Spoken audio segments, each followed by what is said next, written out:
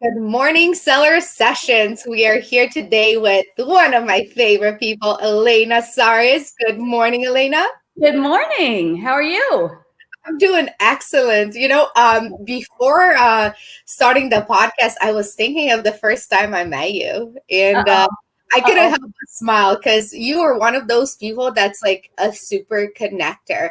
I remember like friending all these people on Facebook that were into the Amazon space, and you posted something that you were having an event for the Prosper Show at one of the venues, and you were just so like welcoming of everyone. I remember I sent you a message. You never knew me before, and I was like, "Hey, I would like to come," and you're like, "Yeah, definitely come. Everything will be fine." And I think I got there. I think like an hour before everybody else did. And we really got to know each other. And by the time everybody else came, I felt like we were friends for life. So, and you really introduced me to some really, really great people that have really made a difference in my life and in my business. So I never told you this, but here it is. And thank you. You're more than welcome. I totally remember that. It was for the ASD show. Yes. Great show. Yeah, I totally remember that. We sat off in the corner and waited for people to show up and had a few drinks. I recall. That's always a good bonding time. Always a good bonding. But that's part of what I try and do. I came into this industry from a different industry and really set my sights on, this is what I do. Yeah. If I can help people find people that can help them, let's do it. And everybody knows you. I don't know. Okay, so let's put it this way. I don't know one person that I know that doesn't know you.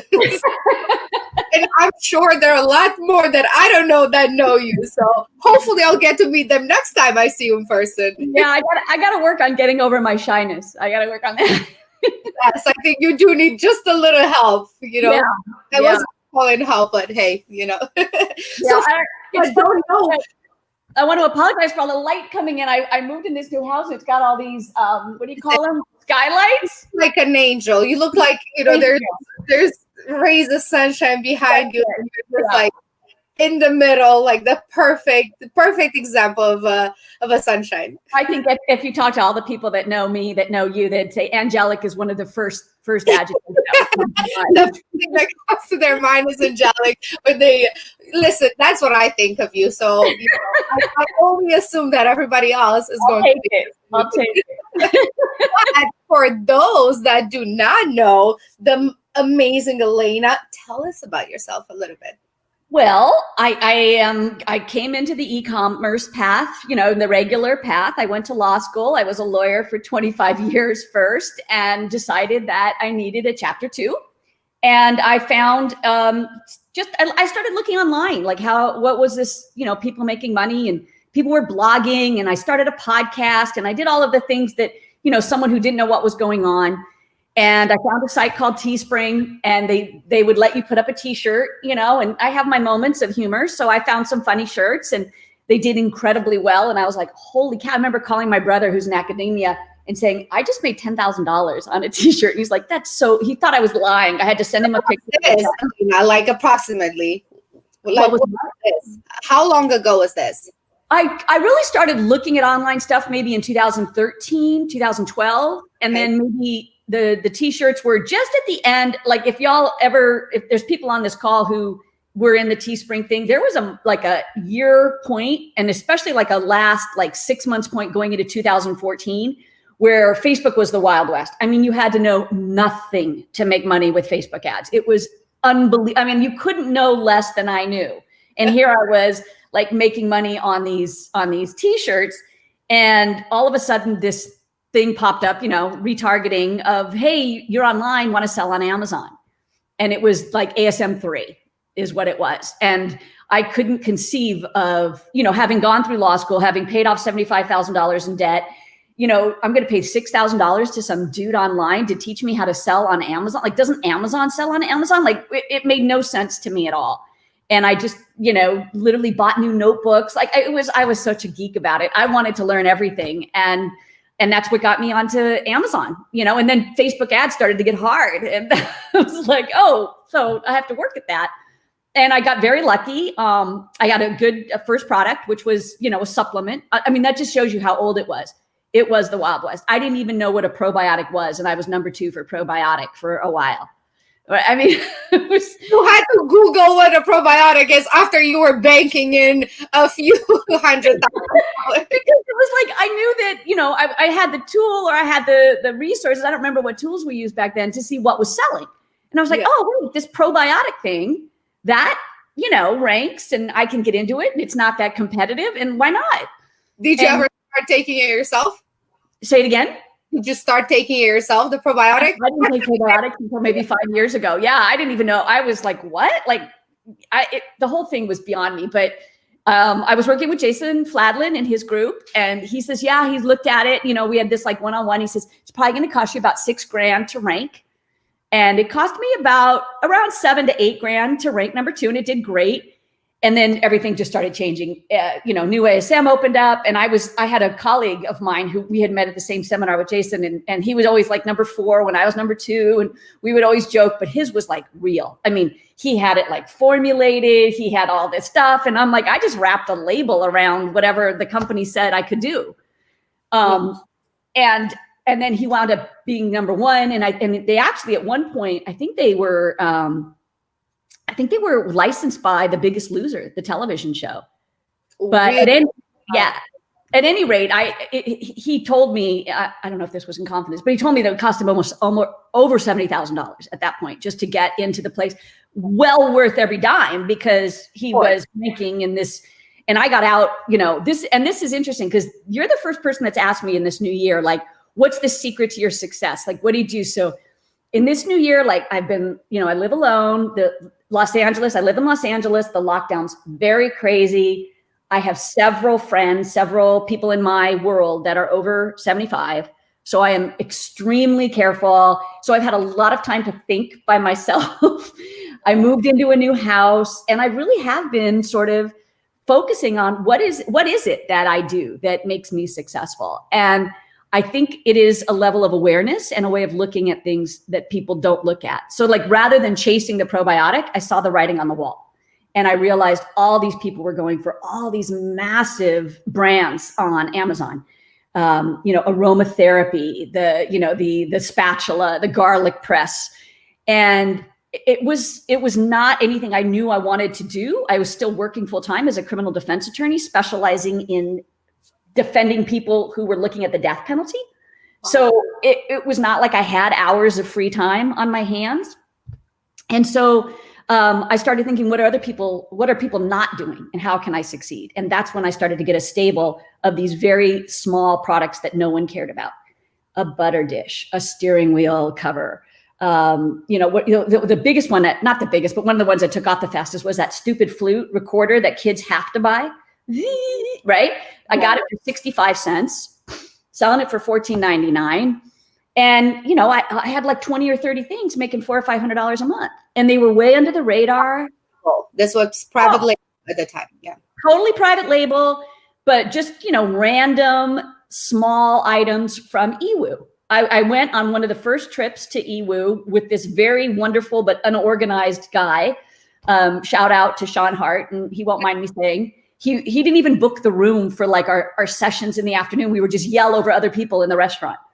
I mean, it was sort of insane. And so that's when I really started to get to know Iwu. And then eventually I met another seller who happened to be a guy who was born in America, but was from Shenzhen, and he spoke Mandarin and Cantonese, and he happened to have sourcing agents as his mother's business.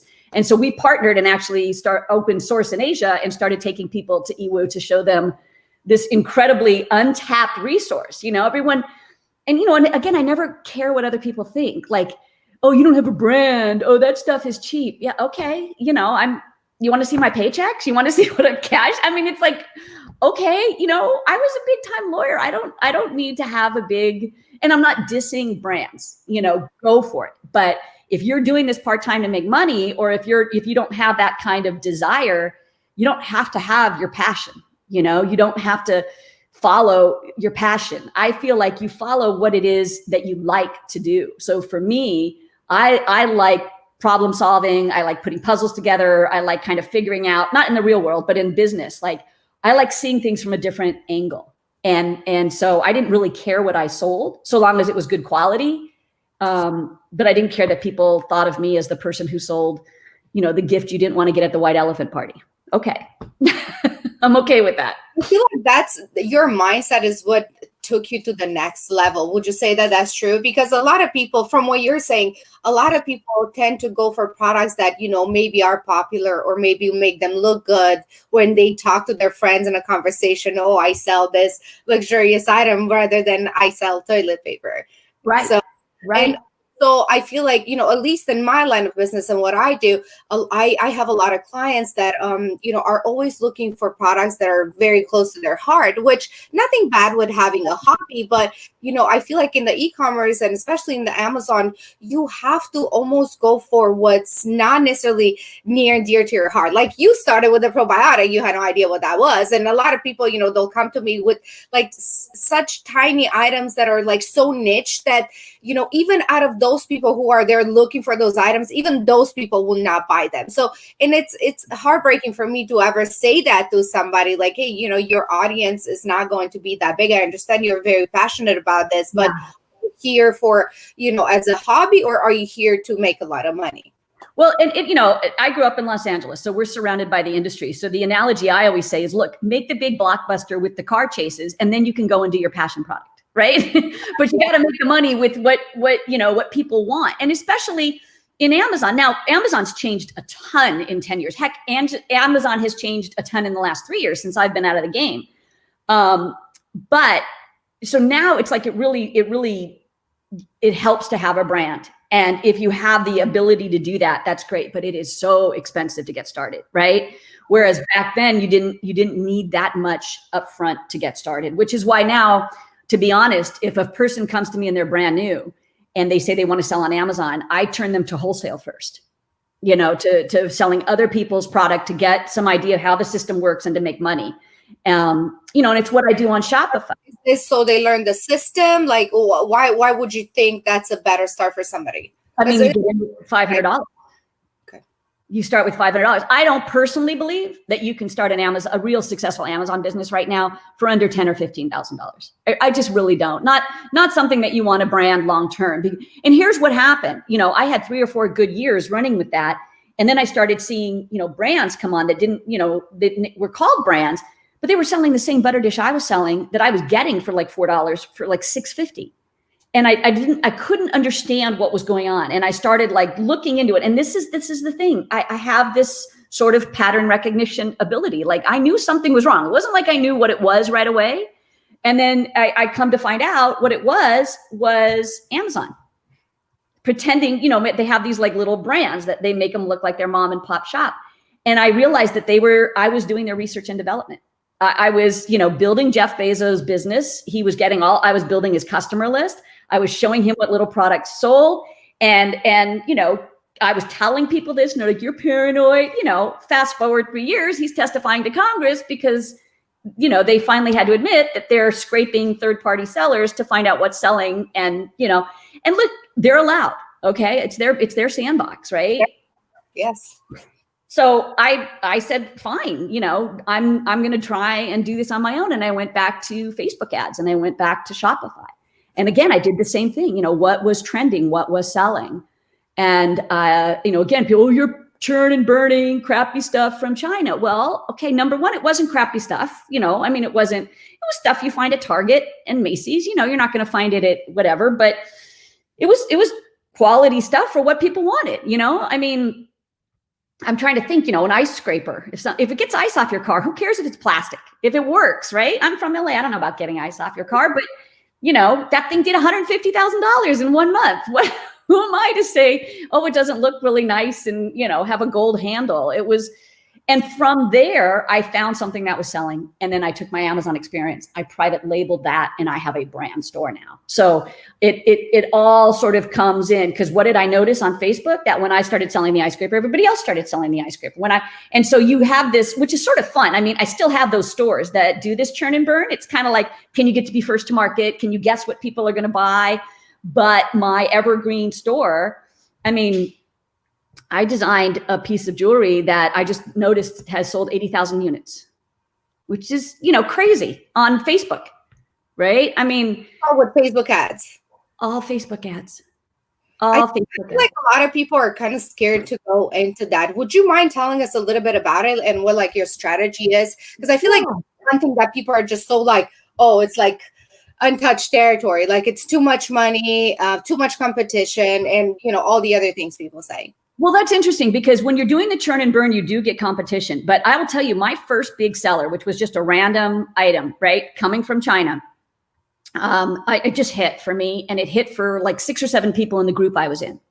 And I sold in the first third quarter where I did well, I sold $750,000 of that at a 35% profit. Okay, and I have 2 friends who sold that exact same item at $1.5 million. And I have 4 other friends who sold at 500 and about 6 other people that sold at 200,000 for that. So this was the same item. And there were 15 or 20 of us doing crazy numbers on the exact same item. There's 230 million people in the United States on Facebook. Were you getting like different audiences? Like how do you explain the success of each one of you? Well, a lot of people were going worldwide, which I was not. So I had opened up, and I didn't open up the niche. I saw the niche. So someone else, did it. Facebook ads are an auction. So you tell Facebook, I'm willing to give $20 and I want you to show this to people who love dogs. Okay, let's say dogs. And so I might have an ad account that has like 5 ad accounts or 5 ads that go out, and it's literally a dartboard on this, little darts on this huge dartboard. And there's no rhyme or reason to which one of your ads hits. But once your ad hits, then you've tapped into the algorithm that is, creepy Facebook algorithm, right? So we know where you live, how much money you make, what you had for breakfast, what you played on Alexa yesterday, all of that. And Facebook says, okay, now that you have a certain number of people that went to your website, and now that you have a certain number of people who purchased, we ask Facebook, we say, hey, Facebook, take your creepy algorithm stuff and show me people who look like these people. Right. And then what we're also able to do, I mean, imagine being able to do this on your Amazon account. Someone goes to Amazon to buy and they look at your item, but they don't buy it. And now you can show an ad to those people, or they add it to their cart. Now you can show an ad to those people. And when they click on the ad, it goes right back to their cart. So Facebook allows you to have so much more information about these people that you're selling to. And so in that sense, it's a lot easier and a lot more tuned in and dialed in than Amazon pay-per-click, right? But it's expensive and it's a learning process. But at the end of the day, I have 80,000 customers. And so what I did from there was I started making new items for them, right? I make. You own the list, you own your audience. I own the audience. And even if I'm, the first week of any ad that I place, I don't always make money. In fact, often I lose money because what I'm doing is I'm paying for data. I'm saying, the example I give is, let's say you're in a big football stadium, soccer football stadium. And there's you and me and one other person, and we work for the same company. And they say, okay, Isabella, Sam, Elena, here's, I want you guys to go in the stadium, and I want you to find people in the stadium just randomly, because they're there to watch football, who like cats. Okay. And I say, okay, Isabella, you have 5 minutes. Sam, you have, 30, and Elena, you have 2 hours. Now, who's going to find more people that look like cats? That like cats, not look like cats, but who like cats? I am, right? Because I got 2 hours. I'm just going to walk up, aisle 6, row 7. Hey, dude, you like cats? No. Get out of my face. The game is on, whatever. But if I do that for 2 hours, I'm going to find someone who likes cats. And so that's sort of the analogy I put in. If I give Facebook 5 minutes, they're not going to find as many people. But if I give them the 2 hours, and then once they find those people, I say, hey, do you have friends who like cats? Well, they're cat people. They're cat people. And what do I know about when someone buys from me on Facebook? Even if it's a random thing, and this is where it comes in for Amazon sellers. For Amazon sellers who don't think they want to be on Shopify, or they might not make money on Shopify, or it's very difficult because you're paying $12 to $15 to acquire a customer, and most Amazon sellers are forced to have the lowest price. So it's very difficult to make a profit if you're sending a Facebook ad to Amazon. Okay, it's not impossible, but one of the things people could do is, let's say you're selling high-end barbecues, right? And then you go on AliExpress and you find something that's pretty cool. It's like a tool for a barbecue, right? But it's nice, it's good quality. And then you put up a Shopify store, you advertise to that item, and you drop ship. Like, you never bring in inventory, but when someone buys it, you buy it from China and you send it to them. Okay, you don't even use your brand. You don't know anything. But what do you wind up having? You wind up having a group of buyers who, number one, like to barbecue, number two, have given you their credit card, and number three, like to buy online. So then you take that list, and that is who you can now, become your launch list for your next Amazon product, or an email list for a coupon for your store that has to do with barbecue, right? So you don't have to build your empire on Shopify to help your Amazon store. You can do that by exploiting the Facebook algorithm to find the people who you want to be your Amazon customers, right? So you would still start it if you were to start all over again today. You would still go that route. You would still do Facebook ads. You would still do all of that. Right now, today. Yes. Like if I had it to do over again, I would have gotten an Amazon 2 years earlier. But right now, today, as I sit here, and then someone said, I'm a brand new and I want to sell online. I would say Amazon wholesale, and I would say Shopify with Facebook ads. And I would start with something like print on demand because it's USA based. Or I would, start with one of these. There's a lot of middlemen companies out there now. And this is something that's really hard for Amazon sellers to get their head around. Yes, if you ship directly from China, okay, especially with e-packet and all the stuff going on in the world, not to be political, but, China, blah, blah, blah, it's going to take 30 days to get here. And will your customers be upset about 30 days? Yes, they're going to be upset about 30 days. Now, you can tell them 30 days and they're not going to be upset, especially if it's something that's individualized, like if it's a wallet and I'm engraving something that you told me to engrave on it, which by the way, in the real world could be turned around in 3 or 4 days, but people in the real world would understand, okay, that could be 30 days. But if it's a garlic press or a barbecue, mitt, no way. So there's a lot of these third-party apps and companies that are coming up saying, look, I have it in my warehouse, either in a fast special line from China or in the USA, and I can get it to your customers in 10 to 15 days. And now Amazon are still going, 10 to 15 days. People don't complain until day 12 or 15. And I think you're right about that, because a lot of things on Etsy are the same. So for example, I'll show you this necklace I got. I got this from Etsy. It's just a cute little like flower with just something like unique and special. And when I order it, the lady told me it's going to take like over 30 days. Did I mind? No, I really did. I knew, of course I wanted it the next day, but because it's like something that I really wanted, that it was unique. And like you said, I knew it was going to take a certain amount of time. Yeah. I didn't even think about it. And the day came, I even forgot about it. I was like, oh my God, it's here. Like it's a happy day. So I think you're absolutely on point with that. Well, and I don't know, I can't see it very clearly from where I am, but it's probably not handmade. And I'm guessing she got it in China. Well, hopefully not, because I waited 30 days. Well, that's probably why you waited 30 days. This is what I'm telling you. It's insane. But, 10, 12, 15 days, people, as long as you're upfront and transparent with them, they don't seem to mind. And you have to remember this too. So I told you I was selling this item that did $750,000. Yes.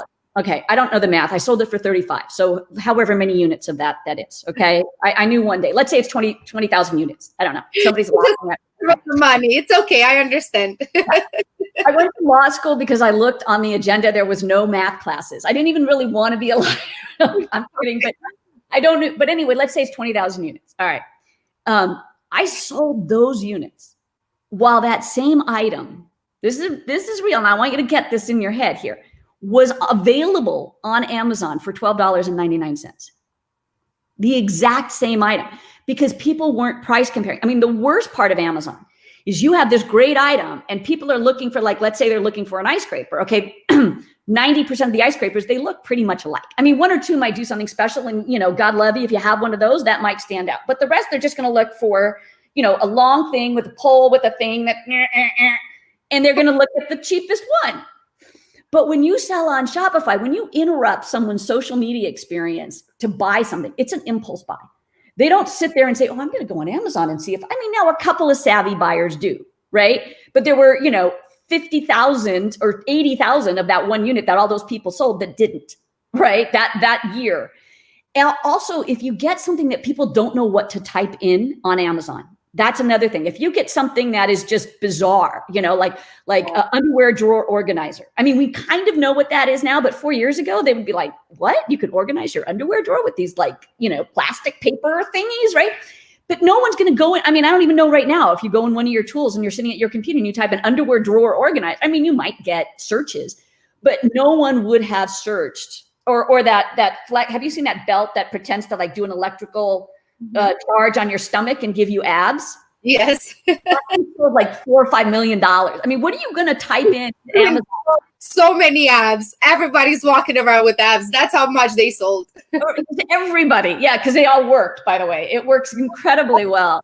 It really works. I may or may not have had that item in my life. Sure. Well, if you had it in your life, you should make a commercial for them, because you could be like, this body just from this, right? No. What are you going to type in on Amazon? I mean, 4 years ago, electric thing that gives me abs. I mean, it's just that's what happened. So it's like you want someone to look at that and go, I don't know what that is. I've never heard of it before. I can't live without it. Hang on, I want to get my credit card. And they literally will tell you that they're running from the computer to get their wallet to make sure that the ad doesn't go away on their newsfeed, right? And it's kind of insane, but there's no price comparison. That's the other thing. So, but I'm guilty of that. I do that, like so guilty. And you would think I know this. You would think I know this because this is literally what I do every day. And about a month ago, I saw this same thing scrolling through Facebook, this car with the remote that goes up on the wall and on your, I get it for my child, right? Comes in like a month and a half. And of course it works for like 2 minutes and it's like, and then fell down. I'm like, wow, well, that's a waste. I'm embarrassed to ever tell anyone. But even for people that are in the Amazon space and are in that zone, I could have just gone to Facebook and done the same thing. And what also they make it easy is the checkout process where it's like pay with PayPal or something. My PayPal is already locked in. I don't even have to get up from the couch. And it's only $30 or it's only $40 or whatever. My kid would like it. If he doesn't, whatever. But you're right, is that impulse thing like, oh shit, I needed a present for somebody. It's not like your time for searching on Amazon is like, oh my God, you just reminded me of this. Let me just get it so I don't forget about it. Right. And if any of you are like me and wake up at 2 a.m. and want to shop, the two things I do is I always, if I see it on Facebook, I check on Amazon because it's probably there on page 27, right? And you have to look for it. And number 2 is I add it to my cart and then I leave, because then I always get an email saying, oh, would you like a discount to finish your... So if you add to cart and leave, you're going to get retargeted with a coupon 90% of the time. So, but people don't go and say, maybe I can get this somewhere else. It really is like, you're the kiosk in the mall. They came for the Apple store, they came for the Nordstroms, and you're the little kiosk selling unicorn socks. Right? No one says, oh, let's go to the mall and see if we can find somebody selling unicorn stuff. It just doesn't happen. You're just walking along and what's that? Oh, it's Cinnabon. I can't live without a Cinnabon all of a sudden. It's an impulse purchase. Now, that does not mean that Facebook is not as arbitrary in some of the bullshit that they do. Then as Amazon, you get your account shut down. Like I had something in the Second Amendment pro-gun American niche. It was like a t-shirt. And I got my ad account shut down during the election because it was just bots. It was just robots going through saying, oh, that's a word that is, part of this political thing. And you haven't signed up to be a political. So, I mean, it's a little easier to contact people on Facebook sometimes if you're a big seller, but it's arbitrary still. I mean, there's a lot, and that's why I say, and this is if you've ever heard me talk, no plan B is just plain foolish. You're on someone's platform. Right? You do not have an Amazon business. You have a business that Amazon generates traffic for. Amazon is a traffic source. Facebook is a traffic source. Pinterest is a traffic source. You may have a business, but it's not an Amazon business, right? So, we got to keep in mind that if Facebook shut me down tomorrow, I just realized I was just asked to advertise on Hulu, the cable station. I could advertise on Hulu. I could advertise on Google, but I'm working on those Pinterest and other avenues just in case. Right now, Apple and Facebook are having, a showdown. I don't know what's going to happen. I mean, I do know who's going to lose in the end. Small business owners. For Facebook to write this whole letter saying, oh, small business are going to get hurt. This is why we're fighting for you. If you're fighting for us, then let us have we have Facebook pages that have 1 million people. We put a nice meme up that's funny and cute and inspirational, and 200,000 people will see it. We put a link in that and 200 people will see it. out of the million people that we have paid to acquire to get onto our page. So if anyone tells you Facebook is concerned about your reach as a small business owner, take that with a grain of salt. They want to be paid for that reach, but you're always at the mercy of someone else when you're advertising on their platform. Yes. And that doesn't mean we don't do it. Doesn't mean we don't get into it. Doesn't, there are backups you can have in place, and you just learn that there are other ways to drive traffic. But when you drive traffic to your own store, no matter, let's say, like I got shut down for 30 days in November, which basically sucked. Now that happened to me as an Amazon seller, and I lost everything. It happened to me on Facebook, and I went from 300 units a day to 50 units a day. Now, how did I sell 50 units a day? I had an email list. So it was not devastating. It was annoying as all get out because it was Q4 and I was mad and I missed out on all those sales. But, I've got a lot of employees now, and we were able to keep going until the thing came back, and now we're back. And so there's pros and cons to every platform. None of them is like the great, What was the reasoning that they suspended the account? They never tell you, but it had to do with this. It was because of an ad that had something that I don't know, in my mind, it was something to do with America that had like the same name as the Political Action Committee. It was when Facebook went through with the elections. Yes. So, I was on Facebook for the last, 2 years. I've never been on during an election year. So now I know, there's things that, my ad copy during the election was order here, right? I didn't have anything because I didn't want any word that would accidentally trip the bot. And so people listening to this going, wow, that sounds really arbitrary. It is arbitrary, but is it any more arbitrary than Amazon saying, oh, we're shutting your listing down because someone said you're a fraud? They did that to me in just before fourth quarter. And I'm like, it's my original product. Here's pictures of me in the factory. Here's 1.5 years of invoices. And it took them 31 days to get me back on. Wow. So I'm not, and again, that sounds like doomsday. Every platform has its issues. Just like you said, every platform has that. Amazon has that. Like you said, you have to build your list and be ready for the worst. And that's the thing, people get used to having that good life, Yes. Like I have a lot of sellers that, they'll make, a few grand here and there, but then they start making 100 grand a month. And then they start making 200-300 grand. And then they feel like they own the world. And next thing you know, boom, Amazon is like, bye-bye. Right. And always Right. like, oh my God, like I thought me and Amazon were cool. I thought I showed them that I'm bringing them money. Amazon does not care. Like there's people who make millions a month, and same thing can happen to them. So and same with Facebook. Yeah. I spent over $1 million in ads on Facebook, and they don't care. I don't have a rep. I don't have somebody I can call and say, because there's other people spending 50 million a year. Yeah. So there's, and it doesn't mean, God, this sounds so doomsday. Let's get into a better topic. But my point is diversify. That is my point. Good for people to understand and see the reality of things, because everybody wants to be like, oh my God, this is like the best thing, and it is. We're so blessed and thankful to 100%. even have discovered such a platform, but there is still not.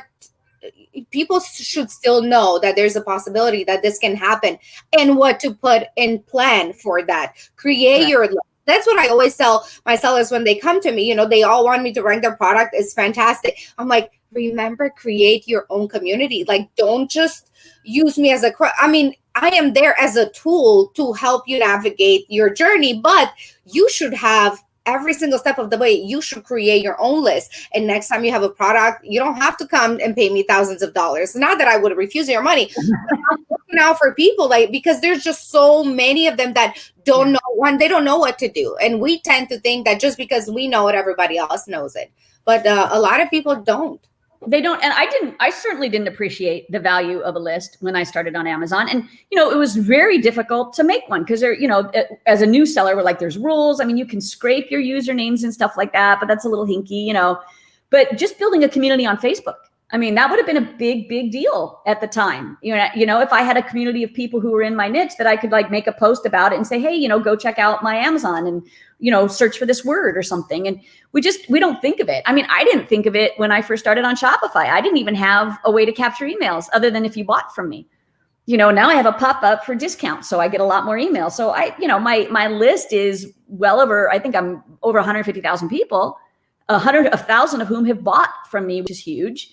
And that's just in that one particular store with that brand. And the beauty is then you're not chasing trends, right? Then you're creating things for your niche, especially if you're doing private label on Shopify, because now I know, right? So I design things now with them in mind. I find things from China with them in mind because I know who they are and what they want, right? And I was successful at it because accidentally the first item that I decided to go for appealed to women over 40, who are the women who shop online and have the money to buy stuff, have their credit cards out, right? So and just an item that you thought was like cute or that it would sell, or like what was the selling in another, it was selling in another form somewhere else. So it was like it's derivative of something that did well. And I thought, well, if that did well, this will do well. Gotcha. You know, and so that's how it is now. It's like if you're in print on demand, for instance, and print on demand is not just t-shirts and mugs anymore, right? It's face masks, it's jewelry, it's, there's boxes. There's a company called Shine On, and they give you jewelry to sell, and you have the ability to create a card. It's called a message card underneath. So when you open the gift box to give to someone, that says something. There's something that it says, and I mean that upped my sales 30% because I was able to talk to the people that were buying it for a gift. So if I have like a heart necklace, let's say, because that's a big thing right now, we're in Valentine's Day. And a lot of people are husband, wife, which is great. That's a big niche in Valentine's Day, but a lot of guys aren't buying stuff on Facebook the way women are. Doesn't mean they won't. Men will buy on Facebook. Don't, but not like women. But you change that to grandma, and now you've got this huge. Not everybody has a grandma. Well, and grandma usually has more than one grandkid. So now you've got multiple sales, and then you put whatever thing in. So 27,000 people could be selling the same necklace, but you've captured a saying on that little card in the box that appealed to them in a way that the other 27,000 people who are selling that item, it didn't appeal to them. And it takes zero, well, I say zero money, zero if you know Photoshop. I pay about $5 or $10 for each one of those things I try. So you literally put a picture of an item. I mean, you want to sell something on Amazon, you spend 6 months research. January 1st, you say, I want to be an Amazon seller, right? Now, February, March, April, you're researching. April, you say, okay, maybe I'll find a factory that sells with this one thing because I've decided on it. May, June, July, now maybe it's coming in, maybe if I get the packaging and everything right, and I might be ready for fourth quarter. All right, January 1st, you decide to sell something on Shopify. January 3rd, it's on your store. Yeah, I mean, you could build a Shopify store in one day, and then you put a picture of the item. I mean, it is a no risk. If you're wrong, all you've risked is the ad spend. And I risk my threshold is about $250. So I'm gonna put $8 ads up, or $10 ads up, let's say. And I'm gonna say, okay, I think these 10 interests, Facebook actually gives you interest. I have a beauty product. I'll type in the word beauty, and there it is. And okay, and then I'll say, suggest to me something else. And they'll say, Kim Kardashian or whoever the, hot influencer is. And then I find 10 of those, and then I just let it run. All right. And so after a day, I've spent $100, and I look at what is happening right now. You don't even have to be a math specialist. I'm talking about, this is Where's Waldo monetized, right? I mean, do we have any people who used to go to dive bars where there'd be like one of those games at the thing, and it'd be like a split screen, and there'd be this picture and this picture, and you had to see what 5 things were different in the picture. This is my training for marketing, because you look at those 10 ads and say, wow, all of these ads. Luckily, they came in handy. They came in handy. I mean, people thought I was just a lush, but I was doing research. I was training my mind, people. So you see these 10 ads and you say, all these 8 ads, by the time I spent $1, I had 2 people clicking on these ads. And these 2 ads, I spent $6 or $2 or whatever. And so then you just kill those ads. So then the next day you have fewer and fewer. And then sometimes there's going to be sales. So at the end of the 3 days, the most you could have spent is $300. And that's if you got 0 sales. And then you can sort of gauge, oh, people like this. Or do I know if people like, let's put another $100, and let's say you only wind up with 2. That's all you need. I mean, you can scale something to $1 million if you've got 2 different interests. If you got one interest that's big enough on Facebook. You still do it right now? Do you still come up with? Oh yeah. So this continues. But how do you do this while you're still doing your other career, which you paid so much money for? I retired. I semi-retired in 2017. Semi. So, what's that? They pulled me back in. So I have taken one criminal case since I left. And that is, it was a pretty complicated death penalty case. And the young lady was, do you want to hear about this or no? I don't know, too much. Anyway, it was a murder case. You have frozen for me, just so you know. Oh, yes. Okay. So it was a murder case, but she was just the getaway driver. How's that? With no record. So I felt very compelled to come out of retirement and take this case. And we litigated it for about a year and a half. One of the judges threw out both murder charges. So now she's only facing the robbery, which is righteous. And then COVID hit. And so I don't know what the other judges, I don't know how it's going to work from now, but I'm pretty sure we're okay, especially in Los Angeles. We've got a brand new district attorney who's kind of thoughtful about not locking people up and throwing away the key. So I have that case, so I have like maybe a court appearance every 2 or 3 months now because of COVID. Normally I would probably go to court like once a month. So would you say that's the equivalent of your hobby, of what we were talking about? Like, first you make money with something a lot, and then you do something that you really are passionate about. Because I assume your e-commerce does way, way better than what you're paid as a well, at first it wasn't. I mean, Los Angeles, I was a public defender, but Los Angeles paid, one of the highest salaries in the county. My salary was public. I retired at when I retired, I was making a little over 200. So it wasn't, the kind of Midwestern terrible salaries they pay public defenders in other states. But it took me about 6 months to replace my income. And it took me about a year and a half to get my brain in okay with not having a steady income, because money comes in groups, right? And I feel like that's a lot for a lot of people that are starting. They want to start, but then, they have this job and it's, it's an income and he pays their rent. And it's like, when does somebody make the transition? And I feel like you just answered this. For you, it was 6 months, but what do you think? Oh, no. 6 months is when I got comfortable being retired. I would, for the last 3 years of my job, I would go to a WeWork office at night and work 3 or 4 hours. I didn't leave until I knew that I could replace my income in 6 months. But definitely leave when you think it's time, because a lot of people are still stuck in that and they try to juggle both, and then in the end they're not really putting that much attention in either one, and then it ends up not working. So when is the right time? I think that it depends on what feeds your soul. My office changed a lot in the last 5 years, a lot. And I was promoted to management. I don't know. Y'all have seen me for 30 minutes. I'm not management material. I can barely keep myself from cussing in court. I'm a trial lawyer. I'm a performer. I'm a storyteller. I'm a persuader. I don't want to sit here and hold your hand. If you did something wrong in court, I'm going to bring you up and say, you did something wrong. I'm not going to be like, oh, here's how, I would have, anyway. It didn't feed my soul anymore. It didn't. And it was a very, very, very shocking time for me personally, because I knew I was it wasn't my job. It was who I was. And I thought I was going to die at my desk, and happily. I thought I would be happy dying at my desk. And when I had to come up with that transition, it was very, very difficult for me. But I did it very gradually. And I say, if you do have something that feeds your soul but doesn't feed your pocketbook, then absolutely you can juggle both things. Just don't expect to have this, multi-million-dollar business. But you can definitely do something on the side. So I am where I am now.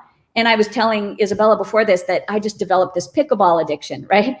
And last week I played every day for like 3 or 4 hours. Like, I have my business down to the point where I can work, 3 hours a day, which is what I've always, always, always wanted. And that definitely feeds my soul, even though, Facebook gives me gray hair and things go crazy and I get anxiety about it.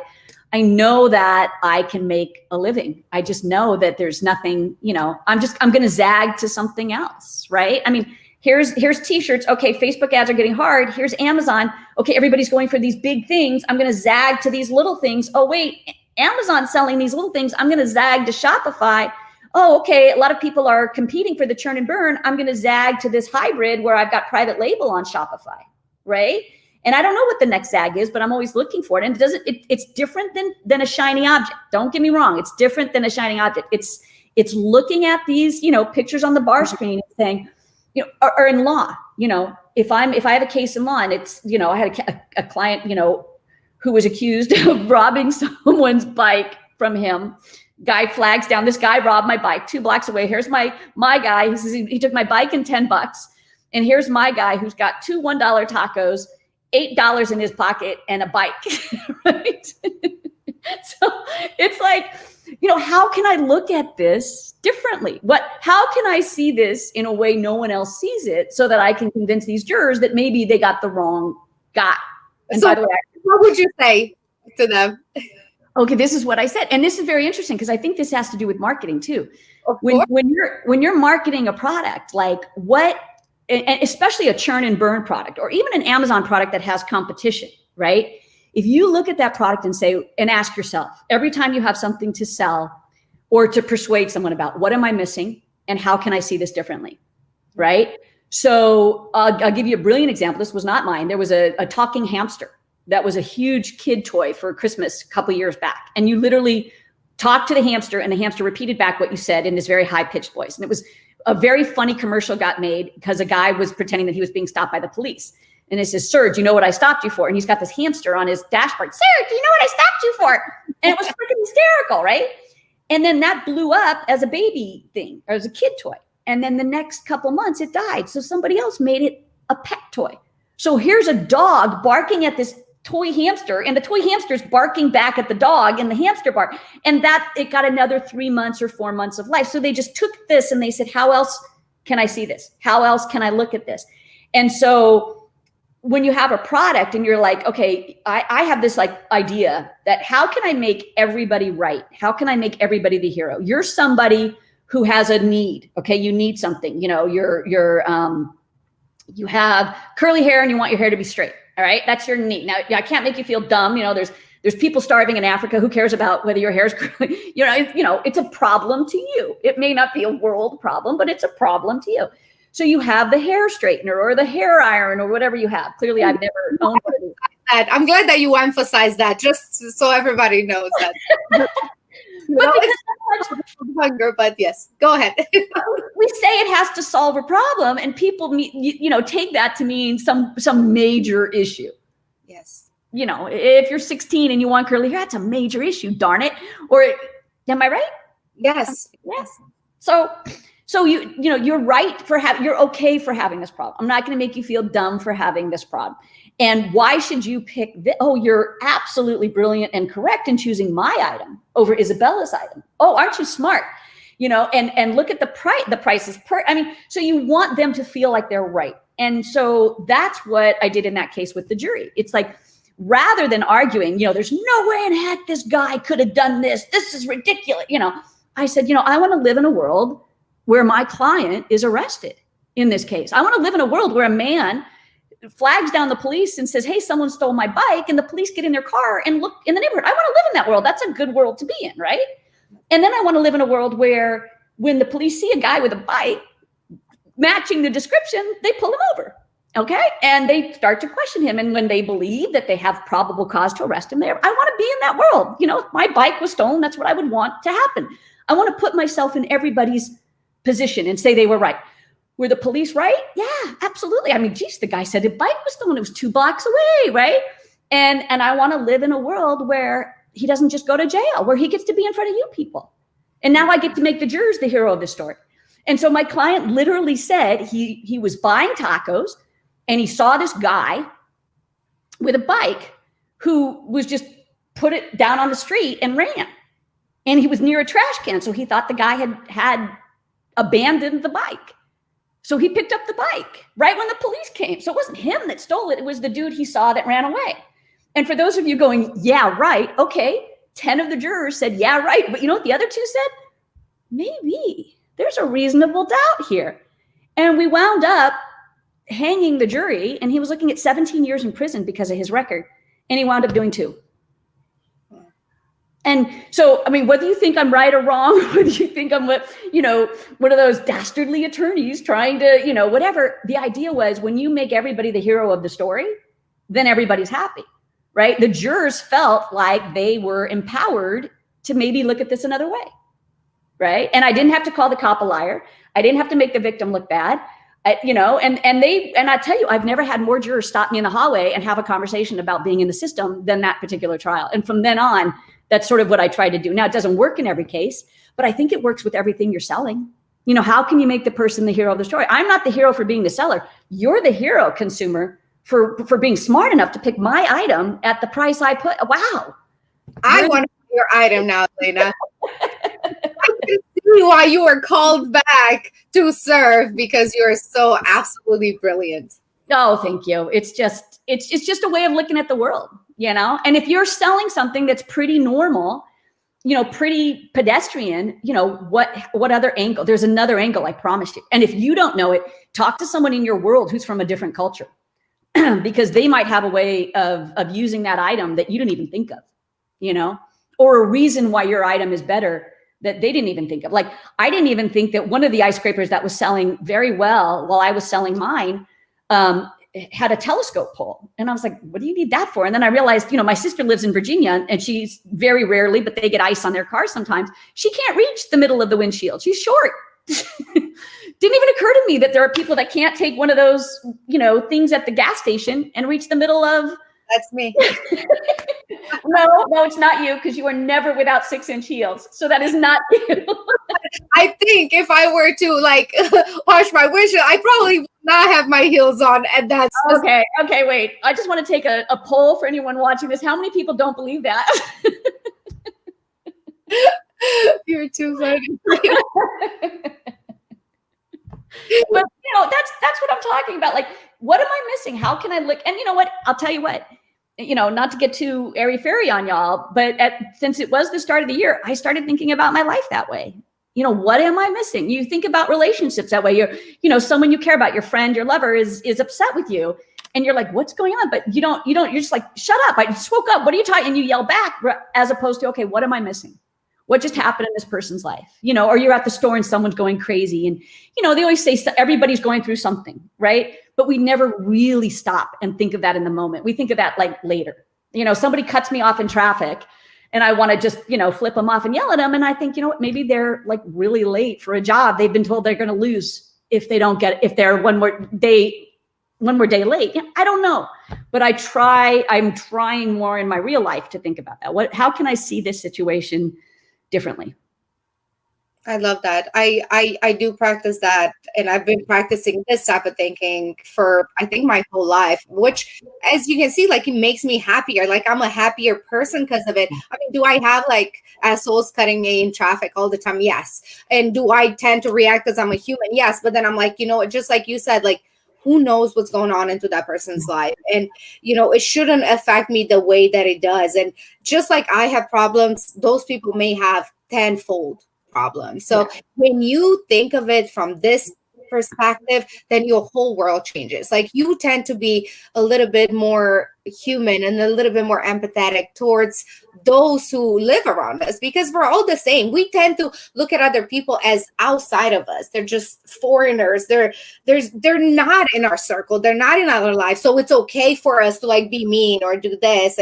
But it's really not. If you think about it, that person goes to sleep sad like you sometimes. You know, they still have people that they need to feed. Like, when you think of it that way, it's like, you're almost like, oh my God, at least for me. And I hope a lot more people feel that kind of love for others.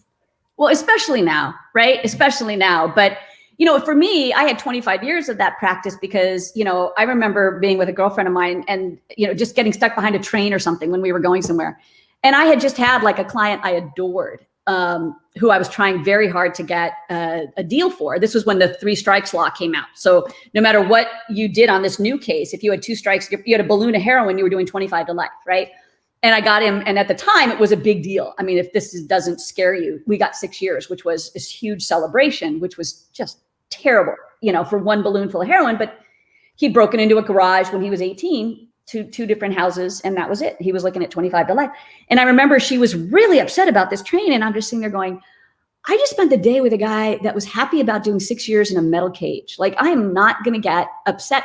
And I didn't have that, but I mean, for 25 years, that has been my perspective slap in the face. So I am a little bit better at it than a lot of people, because I've seen, you know, like, really, this is what we're upset about?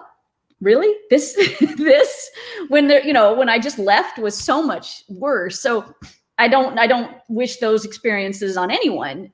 It's, you know, we can practice that without knowing that. But at the end of the day, you know, it's like, what was it? Von Goethe says, like, you know, you judge a character of the man by watching how he treats other people when there's nothing in it for him. You know, and it's this, I mean, we're all just trying to, you know, find our way home, right? I mean, we're all just, you know, and so how can I help somebody in their day? And I mean, I've had 100 different times in my life where something terrible happened and some stranger just said something nice and it was like, oh, okay. You know, and it could be something really dumb, but it's like, if we go through life thinking, how can I see this different? How can I, yeah. Anyway, we went from I love this so much because it shows your mindset and it shows what kind of person you are, which I think has a lot to do with your success and how you run your business and really everything, because it all comes down from that. Just like you said, we're all trying to find our way home, right? Like, you know, we're trying to like start e-com businesses. We're all trying to like, you know, get houses and cars. But in the end, we all want to feel happy. We don't know what that's like. So we tend to follow some steps that we see others have. Like, oh, that guy looks happy because he got a video on Instagram with him on a yacht with like 10 gorgeous women. So that must mean happiness. And then a lot of these people get to that point, hopefully and luckily, and they're like, you know what? Why am I not happy? Like, what did I miss? So I always say, get happy first, and then everything else will follow. Because 100%. The goal that we're all trying to reach, that happiness level. But if you try to be happy with what you have right now, I'm telling you, like, at least it worked in my life. Everything else just comes. Like, look how I met you. Like, I didn't even know who you were. And everybody was like, oh my God, like, you know, Elena, like, she's kind of a big deal. I'm like, yeah, I met her. Like, she's cool. And then, you know, from then you probably thought I was nice or whatever. And then you introduced me to like a gazillion people that ended up doing all business with me. So like, you know, it's just one thing that I didn't look for anything. You didn't look for anything. And we're just like two nice people chatting. And I think, you know, I do look for that. I mean, when you said to me, I have this rank service, I'm like, I have 1,000 people who need ranking, right? So it's like my mind is like this continual Rolodex, and it's not a Rolodex of quid pro quo. It's a Rolodex of how can I put people together? Because I do think there's two things that we are bad at as humans, or certainly my friends. I know some people who are better at this, but they're mostly takers. We don't really ask for what we want, you know, and we don't really accept gifts well. And so my father used to say, never decline a gift given in good faith. And, you know, I grew up, I mean, I don't want to say poor, but poor relative to where I was. I was, you know, solidly lower middle class, okay, or middle class. And I was a scholarship kid at a school where like the president of Coca-Cola's dad, you know, and the princess of Dubai. I mean, you know, I'd sit in the parking lot and watch, you know, DeLoreans come in and, you know, limos dropping their kids off. And so in my mind, you know, they would have like ski trips to Mammoth, right? And I would always pretend I had a cold because I couldn't afford the extra $500. I knew my family didn't have the extra $500. So I would sit in the library for a week while everyone was skiing, and everyone's like, God, Elena gets sick a lot. Okay. But then, you know, one year, one of the families figured it out and offered to pay. And I was like, no, I can't take that from you. And they're like, we want you to, you know, to have, and it took me a while to be able to accept that. Like, I always thought they were, you know, looking down on the poor kid or whatever, but it's like, no, it made them happy to be able to be in a position in their life where they could help one of their kids' friends enjoy this class trip that I otherwise, you know, couldn't enjoy. And so I always am trying, like, I'm trying to be better about it in my own life, asking for what I want, but I also recognize that in people. So I try and know, like, what do you want and what do they want, and put them together. So the awkwardness of that moment isn't, and it becomes more of a, you know, a networking helping versus, hey, I know you need this. I know you need this, you know, and sort of connecting, like you said, connecting people. But I'm constantly on the lookout. And sometimes it'll be my first question, especially at an event like the ASD event, not at a house party, but like, you know, ASD, what do you need? What do you want? What do you do? What do you have to give somebody? What could you help someone with? I know you definitely made me feel very special. And I don't know, hopefully it wasn't because you were bored, because it was like an hour before everybody showed up. But I really felt like, oh my God, I didn't know that there's people like that out there. Because I'm very much like you. Like, I don't really ask for anything from anybody because I feel like, you know, I'm tough. I can do it all myself. But sometimes, you know, that is why we're humans. This is what we do best. We are here for each other. Otherwise, we'll be loners living in the forest by ourselves. Like, and we don't. Look what happened during COVID. This is exactly what happened. We're all stuck in the house. Yeah. And most introverted people still felt the need to have that interaction. And these are people who don't really like to be social all that much. But for us who like, we live off of this, my energy source is people, Elena. And I feel like that's kind of for you. No, I'm a closet introvert. Don't tell.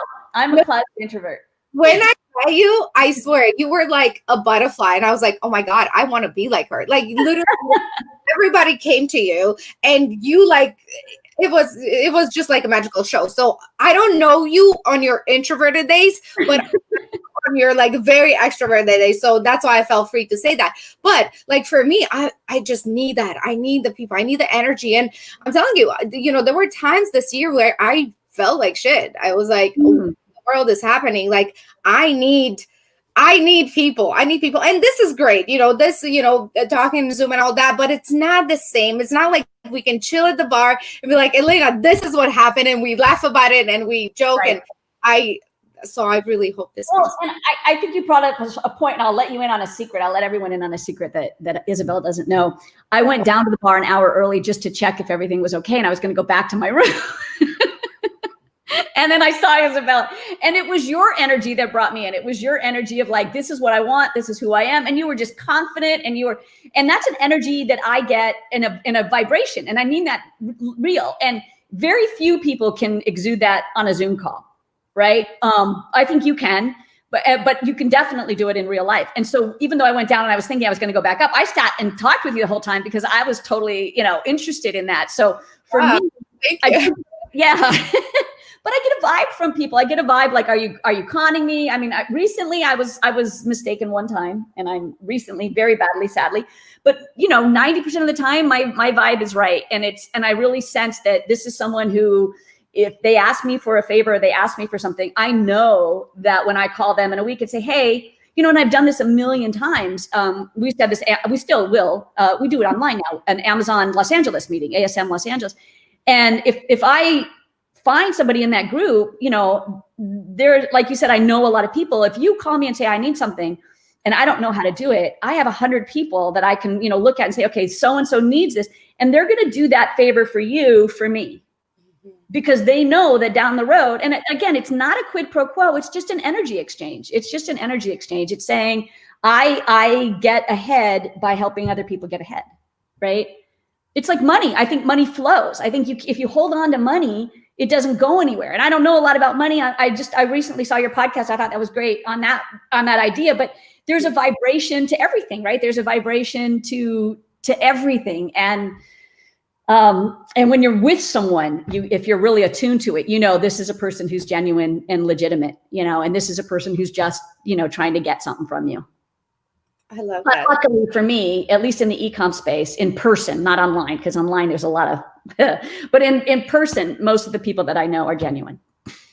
I agree. We attract people that are a lot like us, and those who are not, then they kind of tend to float away peacefully. Sometimes not peacefully, but I feel like, and especially the older we get, like we recognize this even more. Like we already have the data behind us in our mind that's like, oh, be careful of this person, be careful of that person. But I still like to give everybody a chance, and like I said, it's almost like if they're not really on your vibe, they kind of leave themselves. Like no, you're right. Where it's like you don't even got to do too much work. Right. And if I had to boil everything down, this is what I was thinking about when you called and said, can you talk? It's like, what's the one word I would want for everybody? And that's awareness. And it's an awareness of what am I missing? How do I see this differently? Who can I help? Who needs help? What do they need? That awareness. But it's also, people tell you who they are.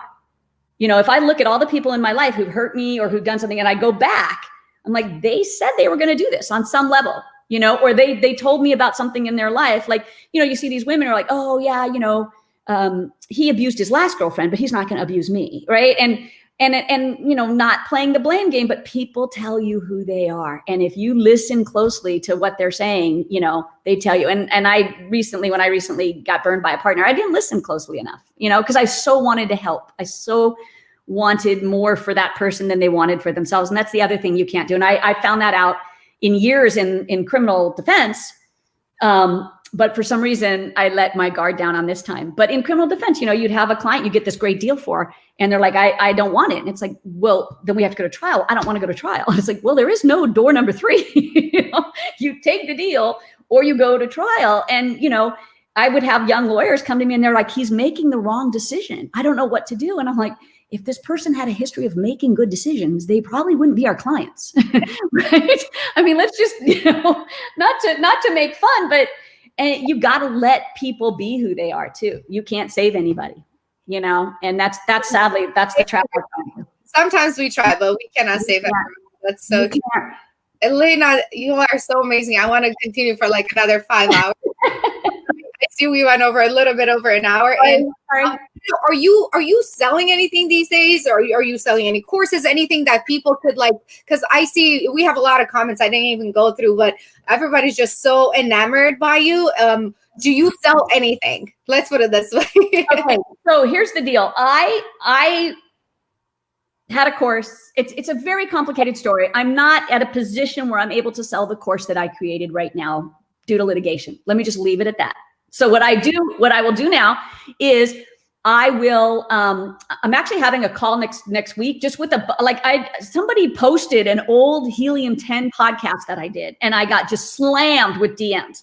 So apologies in advance. If you're listening to this, I do not look at my DMs. I just cannot look at my DMs. So I have a website. It's now again, we didn't get into this part, but I am the least technical person you will ever meet in your life. I have a rotary telephone. I could go and show it. I have a rotary telephone. All right. I was not on Facebook until I was on Facebook for sales. I am not a tech person. So I have a website called www.wewillshowyouhow.com. Now, if you don't put in the www, you will not get it because I don't know how to change it. So you must put in the www. And I'm just going to do a call next week about people who are interested in e-com. I'm going to give them some resources. So I'm going to give them some affiliate links for courses that helped me, that I think are valuable, that I think are good for new beginners. I'm going to have a conversation with Amazon sellers that, like we talked about, go in a little more depth about why a Shopify store can help you, even though if you don't want to be a Shopify seller, like what we talked about, what we touched on. So basically, yeah, I'm just going to recommend some other people's stuff. So if you want to learn about that, it's just going to be a Zoom call. I don't even know how to do a webinar. I have no idea what platform I'm on with Isabella right now. We will show you how, and you just sign up, and you'll probably get an email from my Gmail account giving you a Zoom link because that's good. I love that. You're always giving back. I wish I had time to talk to everybody for an hour and say, okay, tell me where you are in your life and what you're looking to do, which, if ASD were around, I'd give you 20 minutes at that party, but ASD isn't around and I can't have these. So I'm going to have this silly call, and and y'all are welcome on it if you want to sign up. Any predictions for this year? Anything to look? You feel like the world will open up? Do I think, what was the last part? The world will open up where we can go to events again. And yeah, personally, because I have a lot of older people in my life. I'm not looking to travel until probably end of summer, depending on the vaccines. That's me. Okay. And everyone makes their own decision. So long as you make a decision with other people's safety in mind, I'm okay with that. But I do think end of summer, I think fall will look a little bit more normal. I don't know that we'll make the second ASD. Maybe I'm hopeful that we will. But I do, in terms of e-commerce, I think things are going to change a lot with this Apple Facebook war. I think more people are going to get into wholesale on Amazon than private label, just because of the expense. I think more people are going to get into e-commerce in general because of what's happening. And I'm obviously, that's not, prescient by any stretch. That's been happening for a year and a half. But I'm hoping that, things calm down politically for us, and we start, getting along and working together, and that some normality appears. You'll probably, if you see me out, you'll see me in a mask for, pretty much until somebody with a science degree in epidemiology tells me not to wear it. And until then, I have people in my pickleball world who have no idea what I look like. I could walk in right now and they'd be like, and then I tape my mask on because of glasses. Oh my gosh, there's this wonderful tape on Amazon. I should push it for who's ever selling it. It doesn't fog up. So sometimes people take your mask off and show me your face. I'm like, oh, it's taped. could be anybody. Any could be the winner of the pickleball games, and they don't. My hair's in a bun. I've got my baseball cap on, these glasses, sunglasses and a mask. I could be anybody. Yeah, it doesn't matter at all. But no, I mean, my predictions, in terms of, do I want to be right or do I want to be hopeful? I mean, I hope by summer, I do. Those are in my prayers by summer, but I'm in the lockdown in LA as long as they tell me to be, because this is not anything I ever want to be responsible for someone else having. And I have way too many friends who've lost parents, and way too many people who've been really sick by this to not be, call me paranoid. I'm okay with that. I really am. I'm good. It's some interesting times we're living in, and we all have to be aware of that and do the best we can to keep ourselves healthy and everyone. We're all in different circumstances, so. But that's mine. I mean, I gave up my condo and turned in all my reward miles for cash and rented this cool house so that I could have outdoors and play around. I thought, what do I need 3 million reward miles? I ain't flying anywhere. And I cashed them in and got a cool pad for a year. So I'm stoked. I love it. That's very smart. That's very, very, very cool. Thank you, Elena. You are so amazing. I miss you, my friend, so much. And I miss you. To see you in person again. I can't wait. Okay. Ciao. Have a great day. Bye, everybody.